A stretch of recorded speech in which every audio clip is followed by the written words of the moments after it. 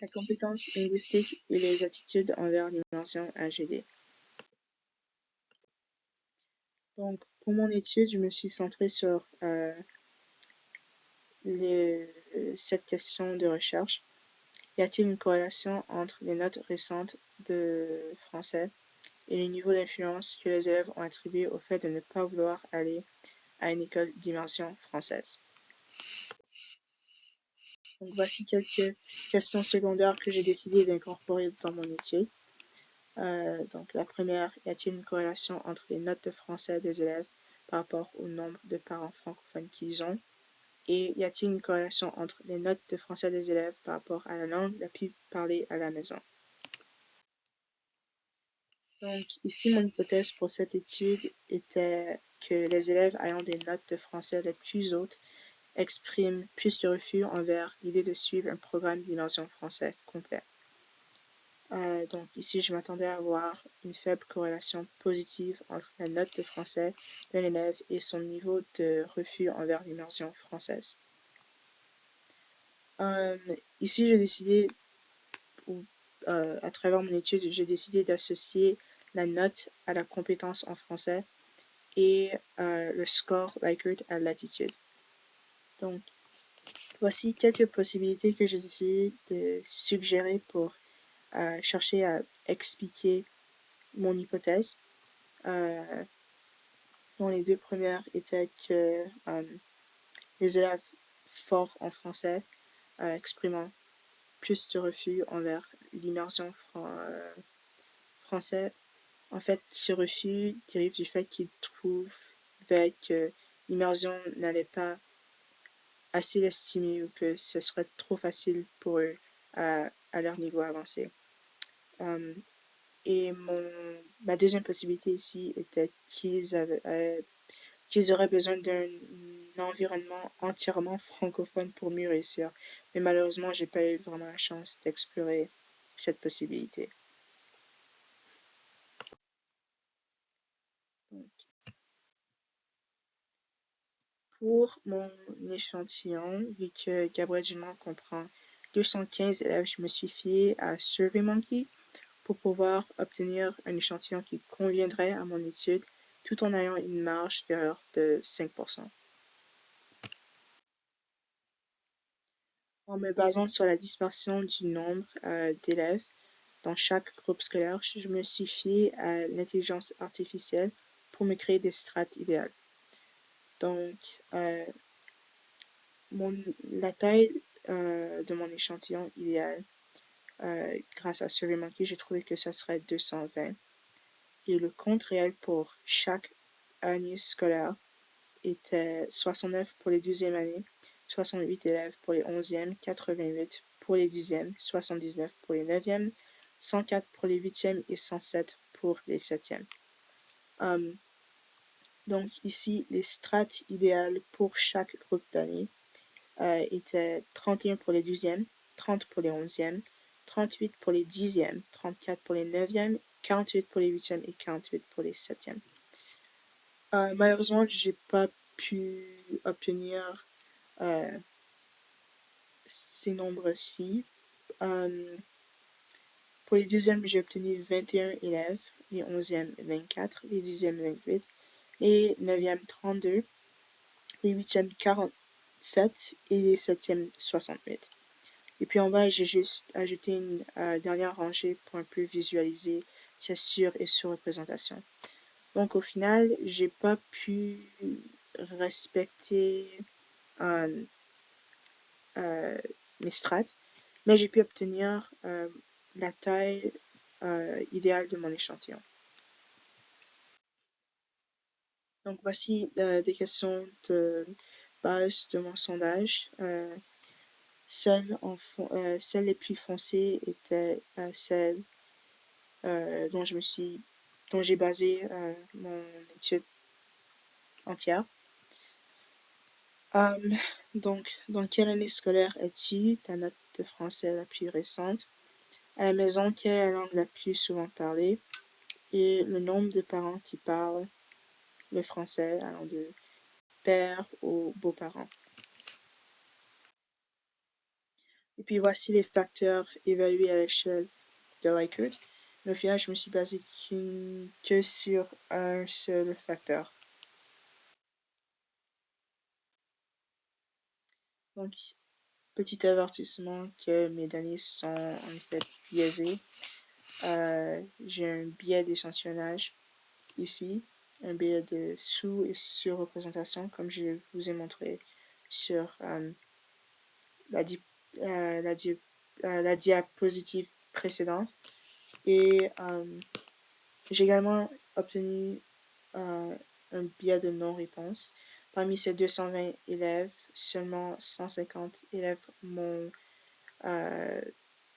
fourni leur note de français.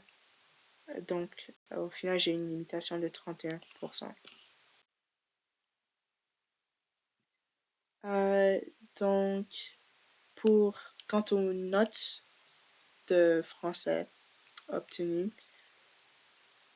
j'ai eu une médiane de 85, un mode de 90, un écart type de 10,8 et une moyenne de 82,6. Donc, comme on peut s'apercevoir ici, j'ai une droite de régression qui est plus ou moins horizontale et le coefficient de détermination est très proche de 0, signifiant qu'il n'existe pratiquement aucun lien entre la note de français et l'attitude envers l'immersion. On observe ici une corrélation quasi inexistante. On peut également s'apercevoir qu'il y a une forte dispersion parmi les scores, donc allant de 1 ici à 5 pour une même note.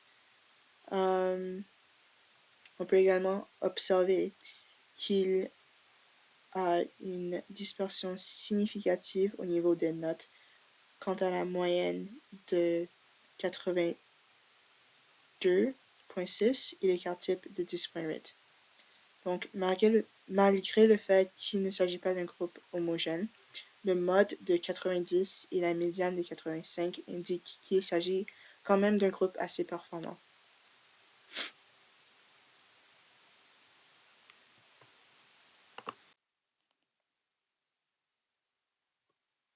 Donc ici, j'ai décidé de prendre les notes et de les convertir en histogrammes pour essayer de représenter leur distribution du plus près possible. On peut ici observer une asymétrie vers la gauche, car la moyenne et la médiane est inférieure au mode de 90. Donc, et ce parce que la majorité du groupe réussit bien leur cours de français, mais parmi eux, une minorité d'élèves expérience beaucoup de difficultés baissant ainsi la moyenne. Mais dans l'ensemble, il s'agit d'un groupe plutôt performant. Donc, à l'aide d'un tableau croisé dynamique, j'ai décidé de voir s'il existait également une tendance entre les notes de français récentes et l'attitude envers l'immersion. Et ce, dans le but de voir si la réussite des élèves performants pouvait être reliée à leur structure familiale, ce qui pourrait ensuite possiblement expliquer leur niveau de refus élevé. Donc,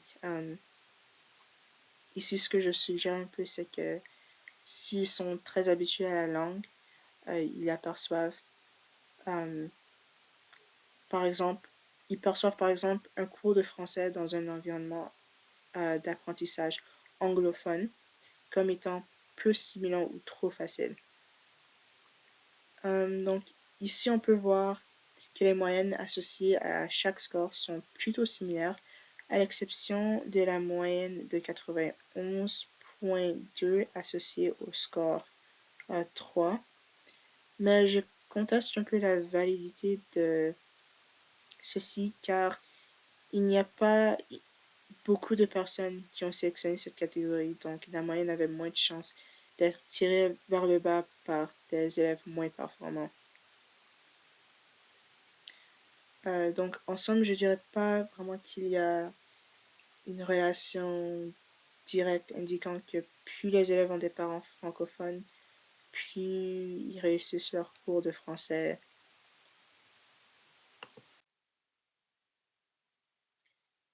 Donc, parallèlement ici, j'ai décidé d'étudier aussi le rapport entre les notes des élèves et la langue la plus parlée à la maison à l'aide d'un tableau croisé dynamique dans le même but, ici de voir si le refus à l'immersion était lié à leur surexposition à la langue de français, à la langue de français. Donc ici on peut s'apercevoir que l'anglais obtient la moyenne la plus basse et que la catégorie autre et l'anglais et le français ont des moyennes quasi, ont la même moyenne. Donc, ces élèves dans ces catégories performent au même niveau. On voit également ici que les élèves dont le français est la langue la plus parlée à la maison performent mieux avec une moyenne proche de 90. Toutefois, encore une fois, cette catégorie a le moins d'élèves. Donc, la moyenne ici avait moins de chances d'être tirée vers le bas par des élèves qui expérimentent plus de difficultés en français. Donc,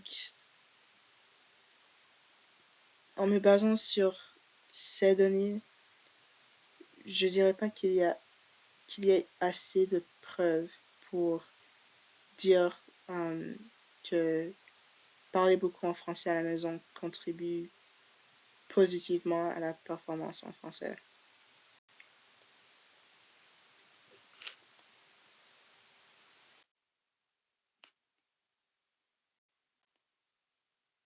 Donc, encore une fois, avertissement de biais d'échantillonnage.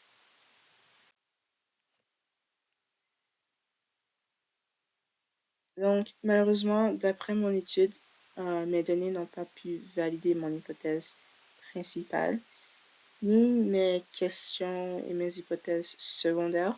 Je me demande si j'aurais pu observer une tendance un peu plus visible, voire prévalente, si je n'avais pas autant de biais d'échantillonnage.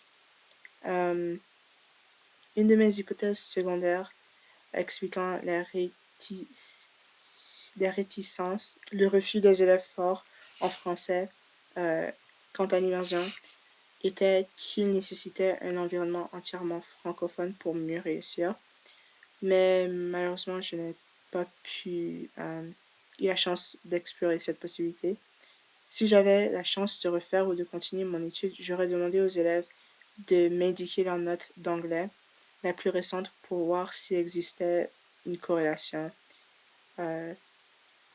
Donc, je veux dire, s'ils avaient de fortes notes en français, si un élève a par exemple une forte note en français et un fort refus d'immersion française et une note basse en anglais, peut-être que ça pourrait indiquer qu'il refuse l'immersion parce qu'il ne maîtrise pas bien l'anglais et se sentait plus compétent dans un environnement francophone. Donc, bien que je n'ai pas pu prouver mon hypothèse à travers cette étude, j'ai appris que les élèves de GD sont plutôt performants en français, indépendamment de leur structure familiale, donc que le français soit la langue la plus parlée à la maison ou qu'ils aient plusieurs parents francophones. Et je trouve que l'école pourrait potentiellement se concentrer sur ce point-là pour se promouvoir aux parents. Genre, que le français soit votre première langue ou qu'elle soit votre langue maternelle ou non.